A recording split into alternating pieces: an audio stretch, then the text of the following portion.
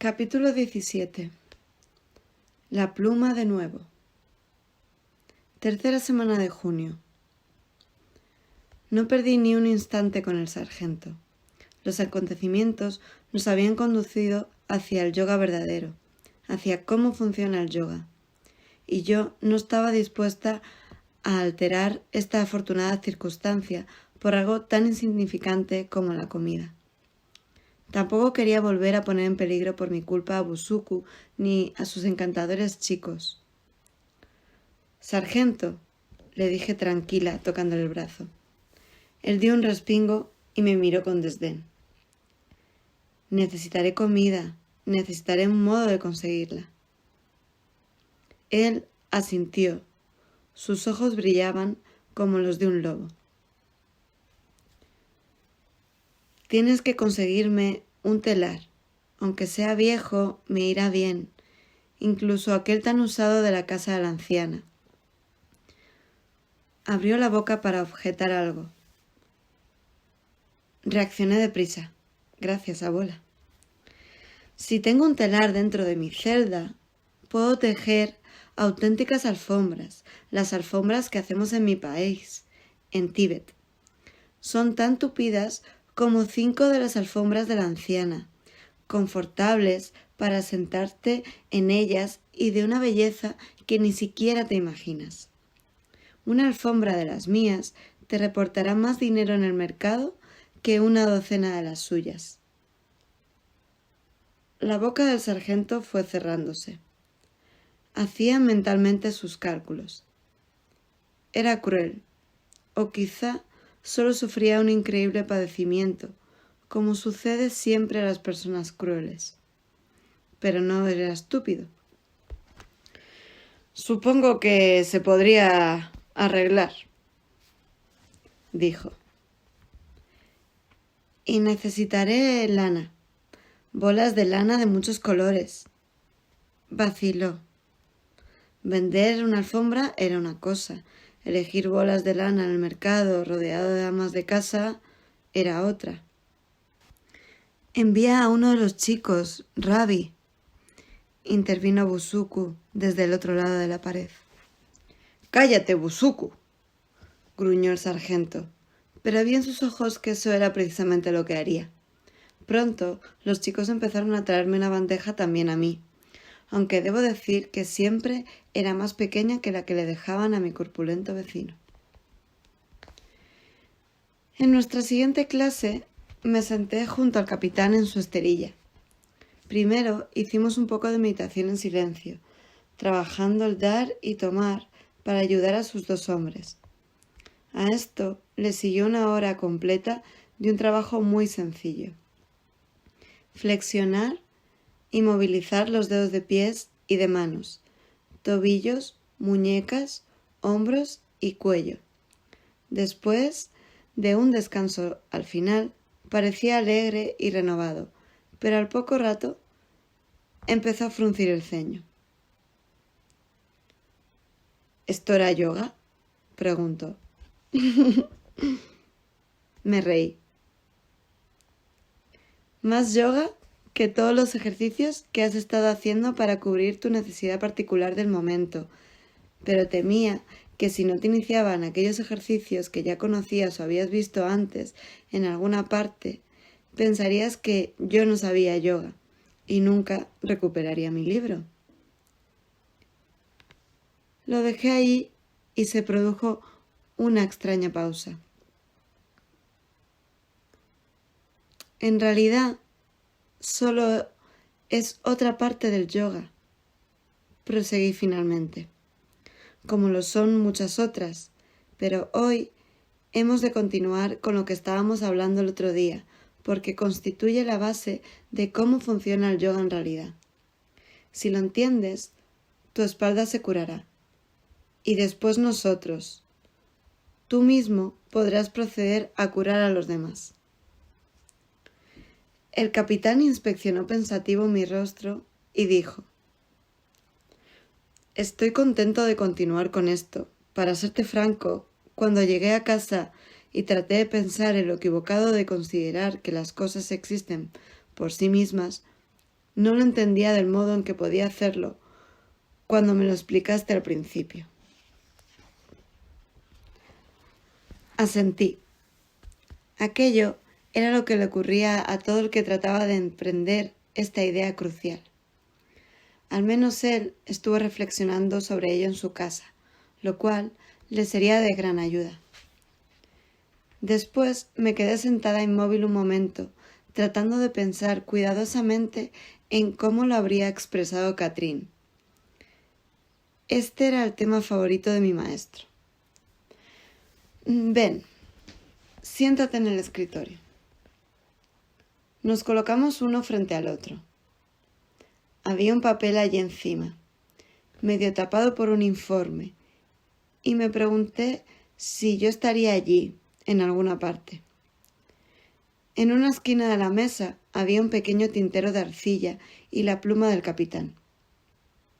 Era una astilla fina de bambú, como los que había de regreso a casa, afilada en uno de sus extremos. Podía ver un gran jarro en el suelo lleno de plumas.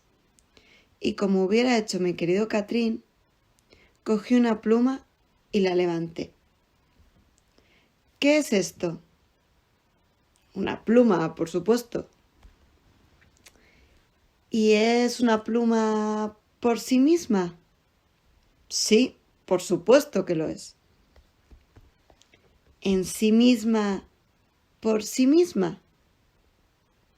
Como todas las cosas, afirmo. Eso es. Ahora lo acabas de hacer, dije. ¿Hacer qué? Preguntó moviendo los ojos levemente hacia los lados. Le has dado la vuelta, dije. ¿Darle la vuelta?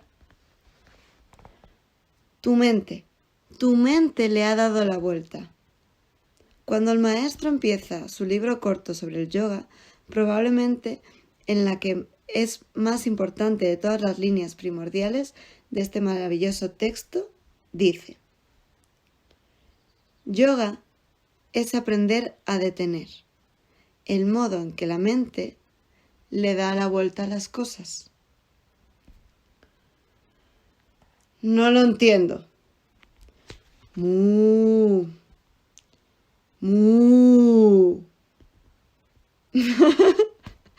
Ay, me reí como no lo había hecho en meses. Al menos todavía quedaba algo de magia en el mundo. Fui de un salto hasta la ventana y miré. Había una enorme vaca negra que estiraba la cabeza hacia un pequeño árbol de mangos que crecía junto a la pared, tratando de arrancar sus últimas hojas verdes. ¡Cabo! ¡Cabo! ¡Al frente y al centro!, gritó el capitán. En un instante, el cabo entró disparado por la puerta, como si hubiese estado apoyado en ella todo el tiempo, escuchando nuestra clase furtivamente. Señor, jadeó de un modo evidente. Cabo, salga y saque de aquí esa vaca. Casi no oigo mis propios pensamientos. Vi al cabo frotarse la pierna instintivamente. Observé la vaca. Era grande y negra, con enormes orejas extrañadamente dobladas como las alas de un cuervo. Era una madre, con las ubres llenas y bebés que alimentar, y era persistente, muy persistente. Se me ocurrió que, probablemente, ella le había propinado una coza al cabo y se le había cagado encima. Capitán, señor. Espere, le rogué. Es perfecto. La necesitamos un momento. ¿Necesitamos este fastidio?, se quejó mi perplejo alumno. La necesitamos, sí, repetí. Cabo, rugió de nuevo. Señor, respondió el joven dando un golpe de talones. Orden cancelada. Que la vaca se quede donde está. Que se quede, sí, para comerse hasta la última hoja. Sí, señor. Y, cabo, Señor, dé media vuelta, salga por la puerta, ciérrela con suavidad, acérquese al banco del otro lado, siéntese y no haga nada, absolutamente nada, hasta que le llame. ¿Queda claro? Señor, sentarme y no hacer nada, señor, inmediatamente, señor. Se marchó y los dos suspiramos aliviados. Me apoyé en la ventana, arranqué unas cuantas hojas grandes y las tiré al suelo para implicar a la señora Vaca. Después regresé apresuradamente al escritorio y volví a levantar la pluma. Una vez más, esto es una pluma en sí misma, y por sí misma, como si no. Observa, dije, y era precisamente lo que Catrín me había dicho a mí. Ven, ven, apremió el capitán y nos quedamos de pie uno al lado del otro, apoyados en la ventana, juntos, muy juntos. Le miré de reojo, vi los rizos oscuros de su pelo y sus rasgos. De repente me di cuenta de que se parecía mucho a mi padre. Sentí una punzada en el corazón. Hacía casi 3 años, 3 largos años que había visto por última vez a mi familia. Chuk, chuk. Llamé a mi dama. Ella levantó su llorona mirada y sacudió sus orejas en forma de ala con aire indeciso. No te haré daño, canturreé en voz baja. Solo quiero invitarte otra vez. Le ofrecí la nueva y bonita pluma de bambú verde del capitán. El capitán enarcó las cejas boquiabierto, pero era demasiado tarde. La lengua enorme y babosa había engullido en un segundo el pelo de bambú. Se oyó un sonido crujiente, seguido de una deglución y de una mirada suplicando que le diera más.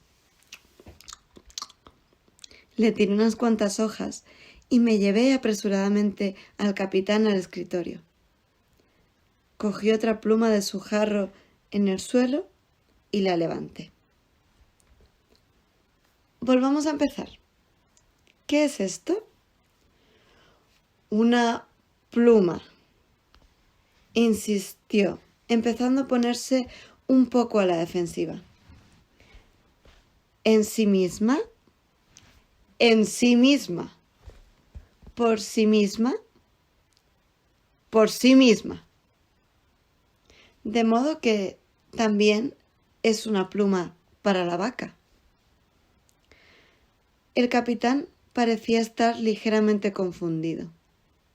Miró hacia la ventana, se pasó la lengua por los labios y dijo un poco indeciso: No creo que podamos decir que es una pluma para la vaca. No creo que ella la viera como una pluma. Al contrario, grité, tratando de imitar la expresión de Catrín en esta misma disyuntiva, con el rostro y los ojos tan fríos y claros que casi me hacía llorar. ¿No es verdad que ella la ha visto como algo diferente, completamente diferente? ¿No es cierto que la vaca la ha visto como algo para comer? Bien, sí, supongo que sí, balbuceó. ¿Supones? Dilo, admítelo. Para ella no era en absoluto una pluma. Bien, supongo que no. Quiero decir que es correcto, tienes razón, admitió. De modo que tú ves una pluma y ella ve algo para comer. ¿Y quién tiene razón? ¿Quién de los dos tiene razón? ¿Es una pluma o algo para comer? ¿Cuál de las cosas es en realidad? Insistí. Durante un rato parecía titubear, pero respondió aparentando un poco más de seguridad. Creo que no puedes decir que uno de los dos tiene razón. Sencillamente a la vaca le aparece una cosa y a mí me aparece otra. Supongo que podrías decir que lo que sea depende de quién lo esté observando. Concluyó, mirándome para ver si daba mi aprobación. Pero no era tan fácil de entender. Así que no es una pluma, dije. Bien, no para todo el mundo, respondió. Entonces, no es una pluma en sí misma. La pluma no lo es en sí misma, le fui arrastrando. Bien, no lo es en sí misma en ese sentido, asintió él. No lo es en sí misma, por sí misma. ¿Tengo razón? No lo es ella misma por sí misma, de tal manera que incluso una vaca la ve también como una pluma. ¿Tengo razón? Supongo que sí, tiene razón, dijo, mordiéndose el labio, pensando en ello concienzudamente. Le señalé al escritorio. Hora de rescatarle. ¿Qué es aquel papel? Pregunté. Un informe, respondió cauteloso. Un informe para el superintendente. Y es un informe en sí mismo. ¿Es un informe por sí mismo? Bueno, no, respondió. Yo lo convierto en un informe. Cojo un papel en blanco, escribo cosas en él y a medida que lo hago se va convirtiendo en un informe. Ningún informe es un informe por sí mismo. Levanté el informe con una mano y la pluma con la otra. ¿Pero no lo ves? Suspiré con entusiasmo. El mismo que llenaba el rostro de mi maestro el día que me había llevado por este mismo sendero. ¿No te das cuenta de que la pluma es igual que el informe? No lo entiendo, respondió, consciente de mi entusiasmo y frustrado por no ser capaz de compartirlo.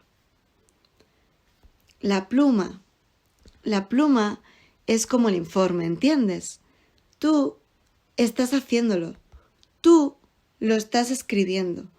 Solo es un palito verde, luego aparecen tus ojos, aparece tu mente y lo convierten en una pluma.